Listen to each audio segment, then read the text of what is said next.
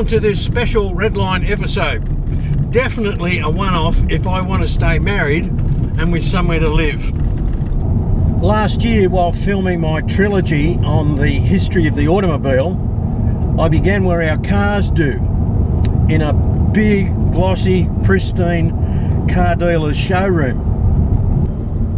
I wanted to finish my films at the other end of the automotive spectrum where they die.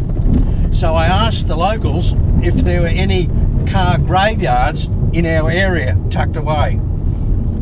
I found a few places where the local lads would strip and dump their temporary Friday night automotive acquisitions.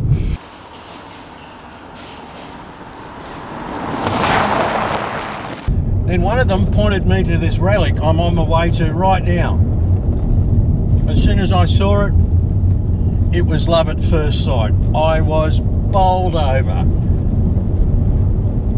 I'm now so in love with the idea of putting some rustic relic in my front yard, I talked to our local scrap metal scrounger.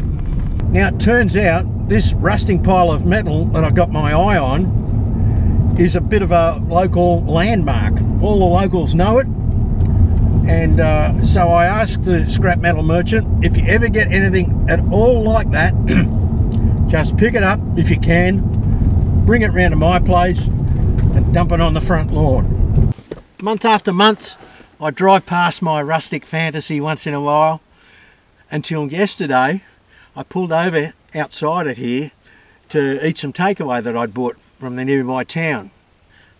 And while I was eating it, I noticed that the grass verge had just been slashed and the front gate was open. So I came in, found the owner, told him how I felt about the car, and long story short, he said, mate, if you want it, take it. So I'm here today to pick it up and to bring it home. I had a bit of an arm wrestle with Brenda because she doesn't want some rusting metal in the front garden. Who can understand women? But my problem now is, how do I get this thing onto the trailer? Well, here she is with all her magnificent patina, almost falling apart. It's a 1948 comma truck. Apparently it's been sitting on this farm for 30 years, and before that it had decades of use on this property. The original owner's name was once written on the side, but you can't read it now. And over here, I love the way the window glass has actually dropped through the door. Check it out. Look at this. These vents were helped me identify it and the shape of the windscreen. I love the way that the farmers have used star pickets to hold the grill on. These were where the headlights used to go. This is another distinguishing feature, not having headlights on the front guards. The way that door is just open, I'm absolutely wrapped in that. Check out the inside. A little bit of work, but I think it'll come back. I don't know whether even fiberglass would fix that. Here's the chassis rail, completely gone. With the drive shaft and the rail on the other side just holding together. Look at that paint. Isn't that brilliant? Big diff in the rear end. Love those wheels and tyres. Who knows what stories this old girl could tell, eh?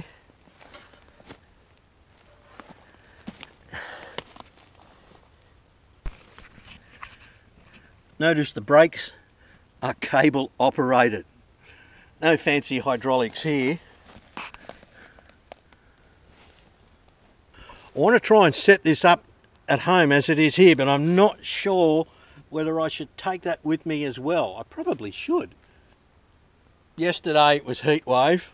Today's supposed to be cooler, but I don't know whether you can see it, but it's starting to sprinkle. So this could get interesting. Love the clearance on the steering wheel up against the window frame. Classic. Yeah, that's strong enough. That doesn't need boxing. The timber will hold it together. Well, here we go. Let's see what fun we can have extricating this. Oh, check out the antique spider web. My car trailer's got a fairly strong electric winch on it, and it's drop tail, so it loads really easily. Normally what I do is just put a snatch strap on this, maybe some pine logs underneath to help it roll, and pull it onto the trailer with the winch. But I can't do it with this old girl because the main chassis rail is completely gone here, and as soon as I started to pull it, it had become two pieces. The rail on the other side is barely still existing. Thankfully, I think the strongest member is the drive shaft, so I'll have to come up with another way of doing it. I asked the farmer who's kindly given me this if there were any locals nearby who had a tractor with a forklift on it. He said no, there wasn't any, and that broken chassis rail is another reason why you just couldn't pick this up with a forklift. As soon as you tried to, it'd just disintegrate. I think what will work is a method I've used before to load rally cars and body shells with stripped or damaged suspension on them on a car trailer. It's a little bit like Mega Moves. I'm going to put two steel beams right underneath the car. I'm going to jack the truck right off the ground, supported on concrete blocks, high enough so that I can then slide the car trailer in underneath the stationary vehicle and then lower it back down with jacks.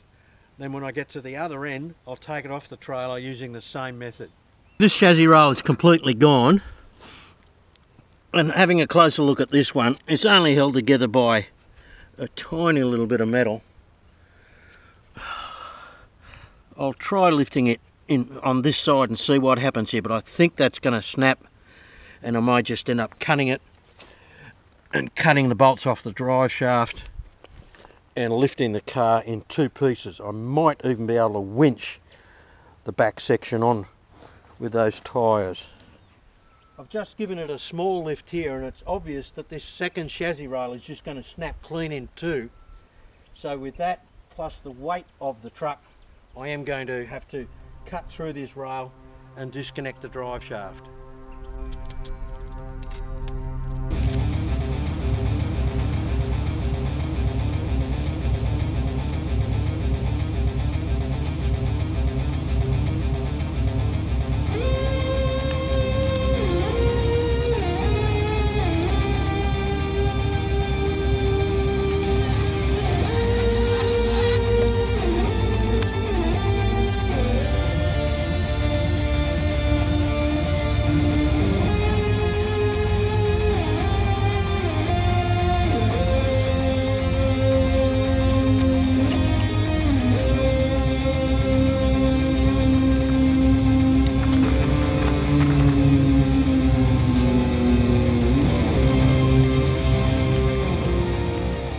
It took me 6 hours to winch the Super Poise on a car trailer. The trouble was, when I cut the truck in half, the cabin section became front heavy because of the big steel block motor, and it rocked forward and it wouldn't sit horizontally on the two beams that I'd put underneath the cabin. There was nothing forward of the front wheels that I could put a beam under to get the truck to sit level with that big motor in the front. So I just had to, with the truck sitting at a terrible angle, I had to gingerly put the front wheels on the drop tail of the trailer and very, very slowly winch it forward. It was a bit of a nightmare. Wait a minute, Doc. You made a time machine from a 1948 Super Poise?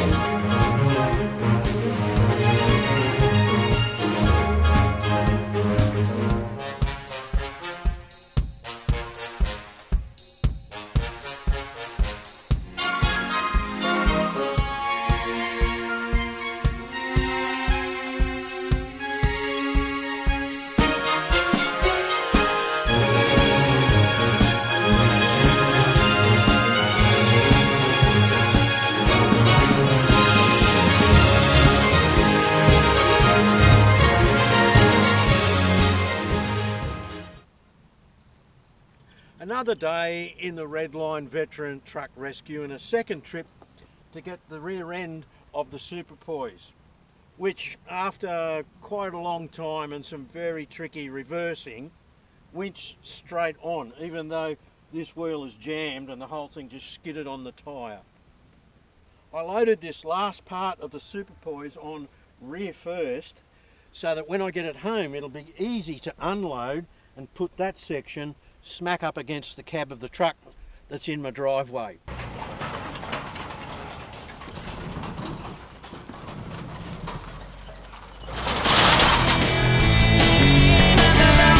Say your Peter, say your Paul. Don't put me up on your bedroom wall. Call me the king of the mountain.